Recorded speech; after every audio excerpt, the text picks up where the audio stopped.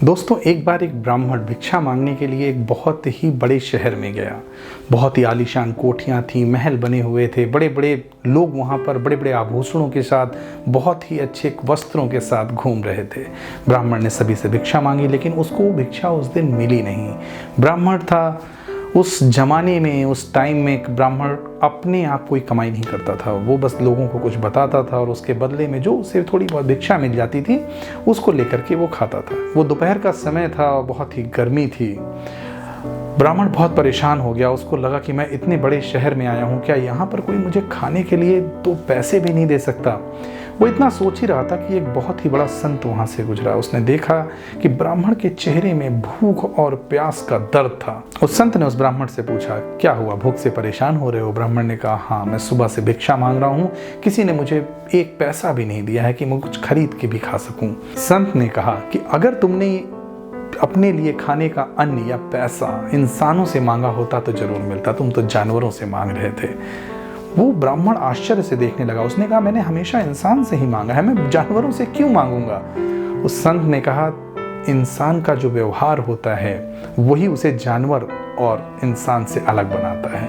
मैं तुम्हें एक चश्मा देता हूँ, इसको पहन के देखो, तुम्हें अभी रियलाइज हो जाएगा कि तुम किससे मांग रहे थे।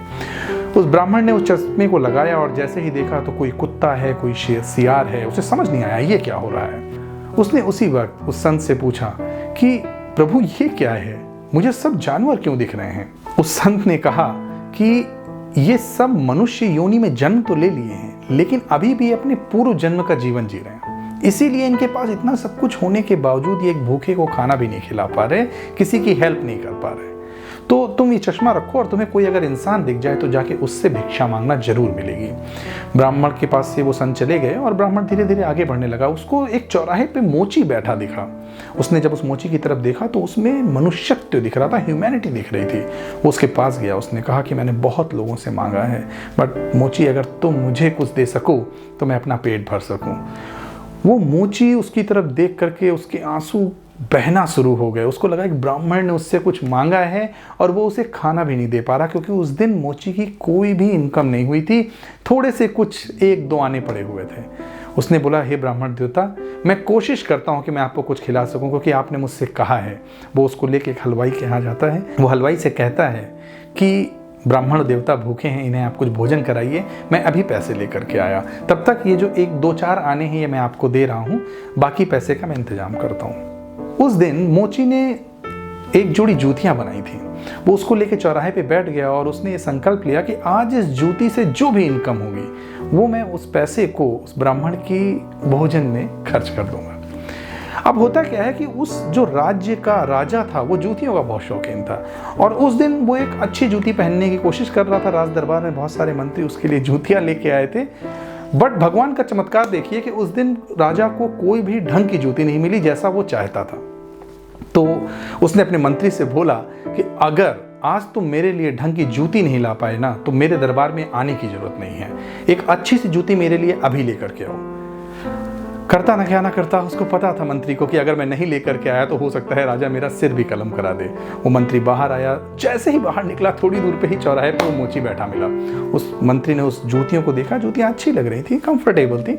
मंत्री ने कहा कि चल भाई, इसको एक बार राजा को भी दिखा देते हैं, शायद उन्हें पसंद आ जाए और मेरी नौकरी बच जाए।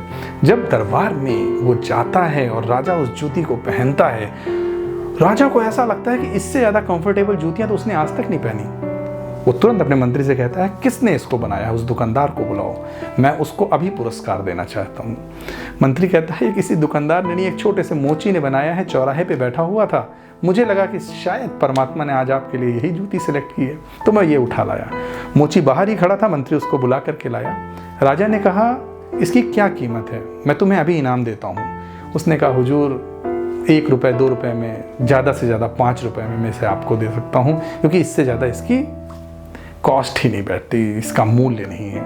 राजा कहता है, ठीक है, अभी इसको 500 रुपये दो, इस जूती की कॉस्ट, और 500 रुपये इसे इनाम दो।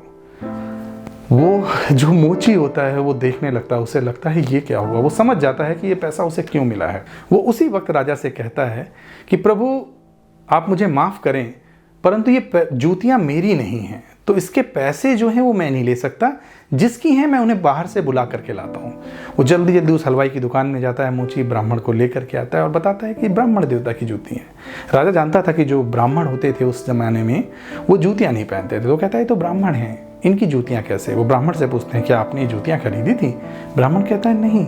तो मोची कहता है नहीं हुजूर, इन्हें पता नहीं है। एक्चुअली मैंने क्या किया कि जब इन्होंने मुझसे भोजन मांगा तो मेरे पास पैसे नहीं थे, तो मैंने प्रभु से प्रार्थना की और ये संकल्प लिया कि आज इस जूती से जो कुछ भी पैसा आएगा, धन आएगा, वो इन्हीं का होगा और उससे मैं इन्हें भोजन कराऊंगा, तो हुजूर ये पैसा इन्हीं को दे दीजिए। राजा कहता है ब्राह्मण से, आपको मेरे पूरे राज्य में और किसी से भिक्षा नहीं मांगी आपने जो आपको मोची से मांगनी पड़ी? वो ब्राह्मण देवता अपना सारा वृत्तांत सुनाते हैं जो कुछ उनके साथ बीता हुआ होता है, कि कैसे उन्हें संत मिले, उन्होंने चश्मा पहना, फिर देखा कि लोग इंसान ना होकर के जानवर प्रवृत्ति के हैं। राजा आश्चर्यचकित हो जाता है। वो कहता है क्या मैं वो चश्मा देख सकता हूँ? क्या वास्तविकता में ऐसा होता भी है? जैसे ही वो चश्मा पहनता है तो देखता है उसके राज दरबार में कोई सियार है, कोई भेड़िया है, कोई बाघ है। राजा बहुत ही आश्चर्यचकित हो जाता है। फिर वो देखना चाहता है कि वो खुद क्या है। एक आईना मंगवाया जाता है, राजा उस आईने में देखता है। जैसे ही वो आईने की तरफ देखता है तो वो एक शेर होता है। राजा को रियलाइज हो जाता है कि वास्तविकता में वो अभी भी जानवर ही है। वो राजा की कुर्सी में बैठा हुआ है, लेकिन उसके जो डिसीजन हैं, उसकी लाइफ के जो एक्ट हैं, वो सब कुछ अभी भी उसकी पुरानी जन्म से रिलेटेड है। वो राजा से कहता है कि क्या मैं ये चश्मा रख सकता हूं, जिससे कि मैं कब बदलूंगा मुझे मालूम तो पड़ जाएगा। ब्राह्मण कहते हैं आप अभी भी नहीं समझ पाए राजन, एक्चुअल में हम सब के अंदर इस बात का विवेक होता है। हमारे जो कर्म होते हैं, हमारे जो विचार होते हैं, वो हमें बता देते हैं कि हम इंसानों की तरह सोच रहे हैं या जानवरों की तरह। तो उसके लिए किसी चश्मे की जरूरत नहीं है, केवल अपने थॉट, जो हमारे विचार हैं और जो हमारे कर्म हैं, उनको थोड़ा सा इस प्रकार ले जाएं जैसा एक मनुष्य सोचता है। एक दूसरे को हेल्प करें, एक दूसरे को सपोर्ट करें, तो शायद ऑटोमेटिक ही हम जानवर वाली जो हमारी प्रवृत्तियां हैं उससे बाहर निकल करके इंसानों की प्रवृत्ति में आ जाएंगे, इंसानों का जीवन जीने लगेंगे।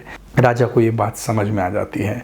वो उसी वक्त अपने यहाँ अनाउंसमेंट कराता है अपने पूरे राज्य में कि आज के बाद कोई भी व्यक्ति हमारे राज्य से भूखा नहीं जाएगा, कोई भी व्यक्ति बिना कपड़ों के नहीं रहेगा, कोई भी व्यक्ति बिना चप्पलों के नहीं रहेगा। हम सबकी मदद करेंगे, हम सबकी हेल्प करेंगे, हम सबको सपोर्ट करेंगे, और धीरे धीरे उसका राज्य बहुत ही खुशहाल हो जाता है।